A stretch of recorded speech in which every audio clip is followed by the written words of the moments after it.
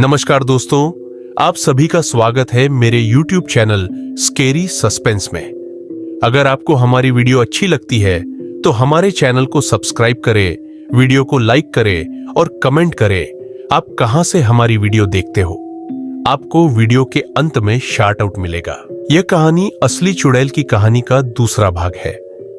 इस भाग को देखने से पहले जिसने भी भाग 1 नहीं देखा है हमारे चैनल में जाकर जरूर देखें। नहीं तो डिस्क्रिप्शन में वीडियो का लिंक है, उस पर क्लिक करें और कहानी का आनंद लें। तो क्या आप तैयार हैं इस कहानी के लिए? तो चलिए इस कहानी का दूसरा भाग शुरू करते हैं। अर्जुन और उसके साथियों द्वारा उस भयानक छाया को नष्ट करने के बाद गांव में काफी समय तक शांति बनी रही। लोग हवेली को अब एक पुरानी कहानी समझकर भूलने लगे थे।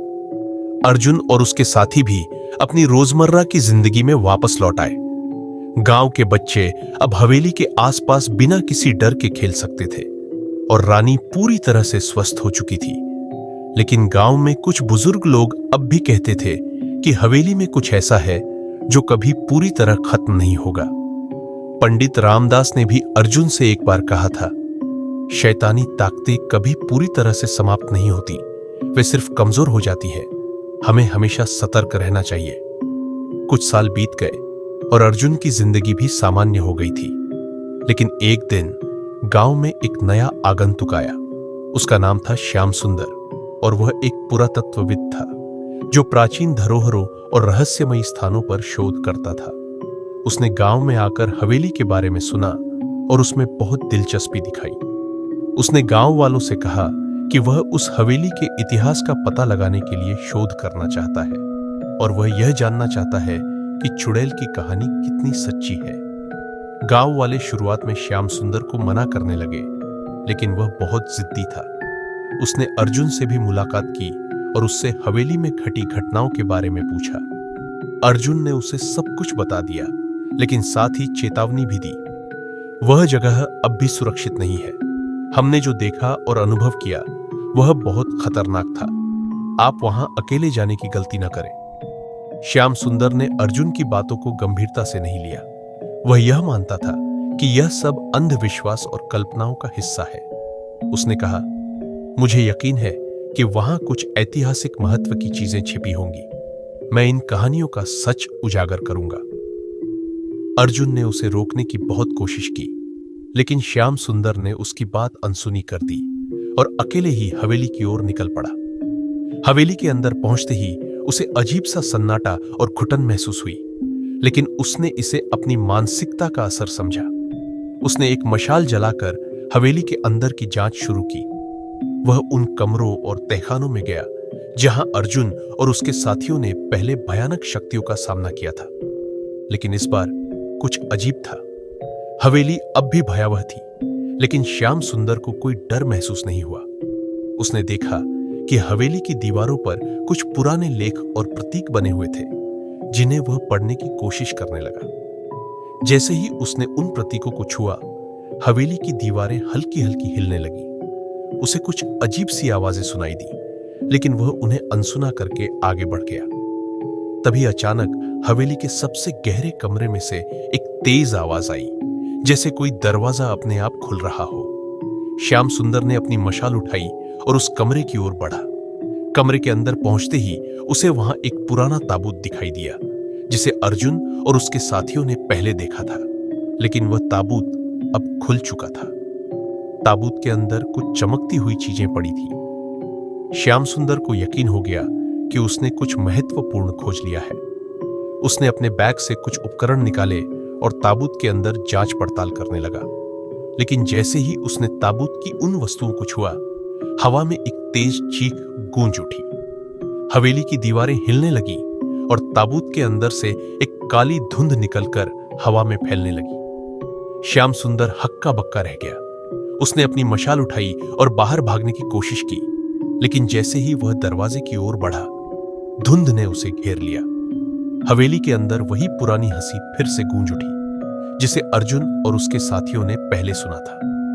गांव के लोग जो हवेली से दूर अपने घरों में थे, अचानक हवेली की दिशा से आने वाली इस अजीब आवाज को सुनकर चौंक गए। अर्जुन को तुरंत आभास हुआ कि कुछ गलत हो चुका है। वह अपने कुछ साथियों के साथ हवेली की ओर भागा।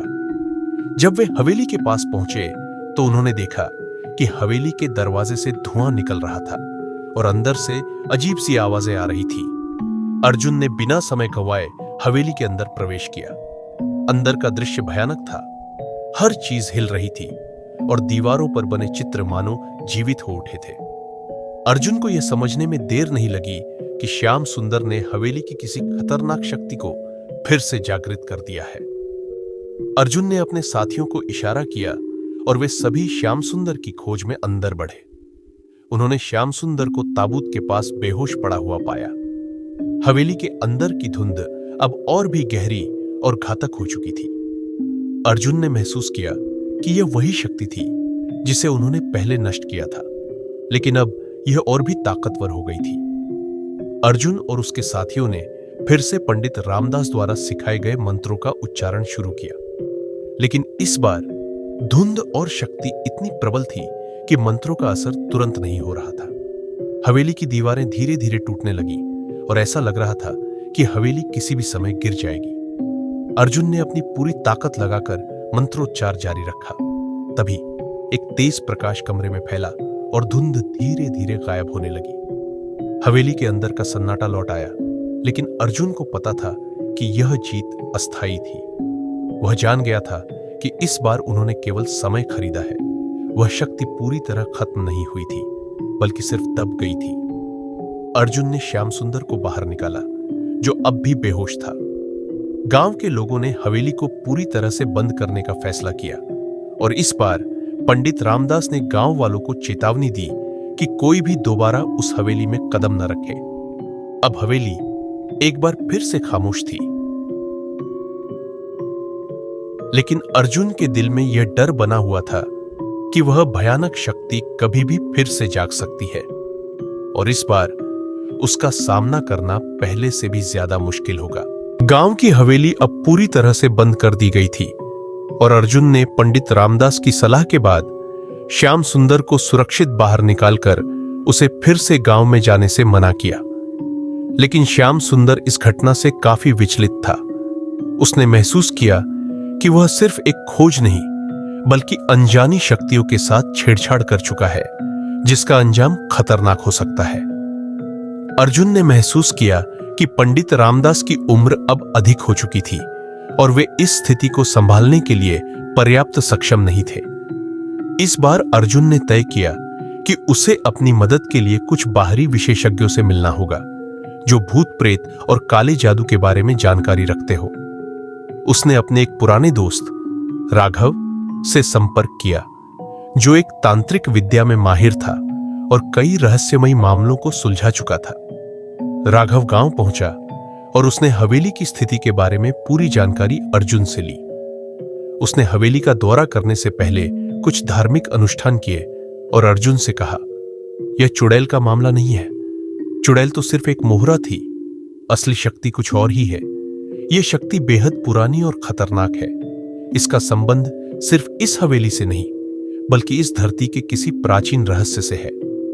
राघव ने बताया कि हवेली के नीचे कोई प्राचीन शक्ति या आत्माएं बंद हो सकती है, जो इस स्थान को श्रापित बना रही है। उसे पता था कि यदि वह शक्ति पूरी तरह से जागृत हो गई तो यह सिर्फ गांव ही नहीं, बल्कि पूरे क्षेत्र के लिए खतरा बन सकती है। उसने अर्जुन को चेतावनी दी, अगर हम इसे इस बार खत्म करने में नाकाम हुए तो न केवल गांव बल्कि आसपास के सभी इलाके इसकी चपेट में आ जाएंगे। राघव ने योजना बनाई कि वे सभी मिलकर एक विशेष अनुष्ठान करेंगे, जिसमें उस प्राचीन शक्ति को हमेशा के लिए बंद किया जा सके। लेकिन इसके लिए उन्हें हवेली के उस स्थान तक जाना था जहां सबसे ज्यादा खतरा था, हवेली के सबसे गहरे तहखाने में स्थित उस रहस्यमय मंदिर तक, जिसे श्याम सुंदर ने छेड़ा था। रात का समय चुना गया क्योंकि राघव ने बताया कि यही वह समय होता है जब वे शक्तियां सबसे ज्यादा सक्रिय होती हैं और उनका सामना तभी किया जा सकता है। अर्जुन, राघव और कुछ गांव वाले, जिनमें वीरेंद्र और मनोज भी शामिल थे, रात को हवेली में दाखिल हुए। पंडित रामदास भी उनके साथ आए ताकि अनुष्ठान के दौरान वे अपने अनुभव से उनकी मदद कर सके। जैसे ही वे हवेली के अंदर पहुंचे, हवा फिर से भारी होने लगी। हवेली के अंदर एक अजीब सा दबाव महसूस हो रहा था, मानो हवेली उन्हें अंदर नहीं आने देना चाहती थी। लेकिन राघव ने अपने तांत्रिक मंत्रों से सबको सुरक्षित रखा। जैसे जैसे वे तहखाने की ओर बढ़े, वे उस जगह पहुंचे जहां श्याम सुंदर ने ताबूत को छुआ था। वहां एक काले धुएं का बवंडर मंडरा रहा था और हवा में एक भयानक गंध फैली हुई थी। राघव ने तुरंत अनुष्ठान शुरू किया। उसने अपने तंत्र मंत्र के साथ एक विशेष यंत्र निकाला, जिसे वह शक्ति के केंद्र पर स्थापित करना था। अर्जुन और उसके साथी मंत्रोच्चार में उसकी मदद करने लगे। लेकिन जैसे ही अनुष्ठान शुरू हुआ, हवेली के अंदर की बुरी शक्ति जाग उठी। दीवारों पर बने चित्र जीवित हो उठे और हवा में भयानक चीखों की गूंज सुनाई देने लगी। ऐसा लग रहा था कि पूरी हवेली किसी दैत्य के रूप में बदल गई हो, जो उन्हें निगलने के लिए तैयार हो। अर्जुन ने हिम्मत नहीं हारी। उसने अपने साथियों को धैर्य बनाए रखने के लिए कहा। राघव ने जैसे ही अंतिम मंत्र पढ़ा, तहखाने की जमीन हिलने लगी और अचानक से हवेली की छत से एक विशाल छाया प्रकट हो गई। यह छाया किसी इंसान की नहीं, बल्कि किसी प्राचीन राक्षसी शक्ति की थी, जो इस धरती पर हजारों साल से बंद थी। उसकी आंखें अंगारे जैसी चमक रही थी और उसकी उपस्थिति से पूरी हवेली थरथरा उठी। राघव ने अर्जुन से कहा, यह वही शक्ति है जो चुड़ैल को नियंत्रित कर रही थी। यह शक्ति बहुत पुरानी और खतरनाक है, लेकिन अगर हमने इसे अभी नहीं रोका तो इसे फिर कोई नहीं रोक पाएगा। अर्जुन और उसके साथी अंतिम प्रार्थनाओं और मंत्रों के साथ उस काली शक्ति को रोकने में जुट गए। हवेली की दीवारें अब दरकने लगी थी और ऐसा लग रहा था कि यह शक्ति पूरी हवेली को तहस नहस कर देगी। लेकिन राघव ने अपने तांत्रिक ज्ञान का इस्तेमाल करके उस शक्ति को यंत्र में बांधने की कोशिश की। जैसे ही उसने यंत्र पर मंत्रों का उच्चारण पूरा किया, हवेली के अंदर की बुरी ऊर्जा उस यंत्र में कैद हो गई। एक अंतिम भयानक चीख के साथ वह काली छाया हवेली के अंदर समा गई और अचानक पूरी हवेली शांत हो गई। दीवारों पर बने चित्र फिर से सामान्य हो गए और हवेली के अंदर की घुटन भरी हवा हल्की हो गई।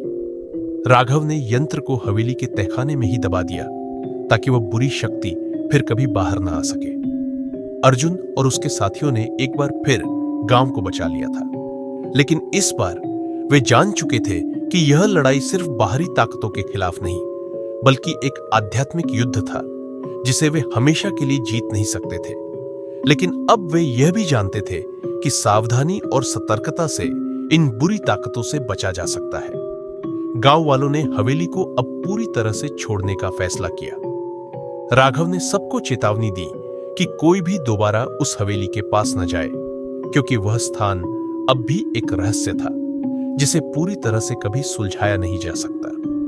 हवेली अब भी खड़ी थी, लेकिन उसकी कहानी गांव वालों की जुबान से कभी खत्म नहीं होगी। अर्जुन और उसके साथी अब एक नई जिम्मेदारी के साथ जी रहे थे, इस गांव की रक्षा करने की, ताकि कोई और उस बुरी शक्ति का शिकार न बने। हवेली अब भी गांव की सीमा पर एक चेतावनी की तरह खड़ी थी और गांव वाले अब भी रात में हवेली की दिशा में कभी नहीं देखते थे। अगर आपको ये कहानी पसंद आई तो इसे लाइक करें, शेयर करें और चैनल को सब्सक्राइब करना न भूलें। अगली बार हम लेकर आएंगे एक और खौफनाक कहानी जो आपके रोंगटे खड़े कर देगी। क्या आप तैयार हैं अगली डरावनी रात के लिए?